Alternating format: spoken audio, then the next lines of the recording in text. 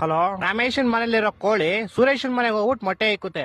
ಇವಾಗ ಮೊಟ್ಟೆ ಯಾರ್ದು ಅಂತ ಹೇಳಪ್ಪ. ಮೊಟ್ಟೆ ಈಗ ಸುರೇಶನ್, ಯಾಕಂದ್ರೆ ಕೋಳಿ ಸುರೇಶನ್ ಮನೇಲಿ ಬಂದಿರ್ತಲ್ಲ, ಯಾರ ಮನೇಲಿ ಬಂದ್ ಮೊಟ್ಟೆ ಇಡುತ್ತೋ ಅವ್ರದೇ ಮೊಟ್ಟೆ. ಇಲ್ಲ ಲೇ, ಇಲ್ವಾ? ಮತ್ತಿನ್ಯಾರ್ದು ಮೊಟ್ಟೆ? ಕೋಳಿದಲ್ಲಿ. ಈಗ ಒಂದ್ ಆನೆ ಈಜಾಡ ಕೆರೆ ಒಳಗ್ ಹೋಗುತ್ತೆ, ಆಚೆ ಹೆಂಗ್ ಬರುತ್ತೆ? ಹೆಂಗ್ ಬರುತ್ತೆ? ಹೆಂಗ್ ಹೋಗಿರುತ್ತೋ ಹಂಗೆ ವಾಪಸ್ ಬರುತ್ತೆ. ಇಲ್ಲ ಲೇ, ಮತ್ತೆ ಯಾವ ಆಗ್ಬಿಟ್ಟು ಆಚೆ ಬರುತ್ತಲೇ. ಹೊಟ್ಟೆ ಎಷ್ಟು ಉರ್ಸ್ತಾವ್ರೋ ಆ ಭಗವತ್ನ ನೋಡಿದ್ರೆ. ಒಬ್ಬ ಹುಡುಗ ಪ್ರತಿ ವರ್ಷ ಅವ್ನ್ ಬರ್ತಡೆಗೆ ಉಂಡಿಗೆ ₹1 ಆಗ್ತಿದ್ನಂತೆ. 60 ವರ್ಷ ಆದ್ಮೇಲೆ ನೋಡಿದ್ರೆ ಅದ್ರಲ್ಲಿ ಬರೀ ₹12 ಐತಂತೆ. ಹೆಂಗೆ ಅಂದ್ರೆ ಅವ್ನ್ ಯಾರ ಚಪ್ಪಲಿ ಇರ್ತಾನೆ ಎತ್ಕೊಂಡಿರ್ತಾನೆ. ಇಲ್ಲ ಲೇ, ಮತ್ತೆ ಅವ್ನ್ ಬರ್ತಡೆ ಫೆಬ್ರವರಿ 29 ಇತ್ಲೇ.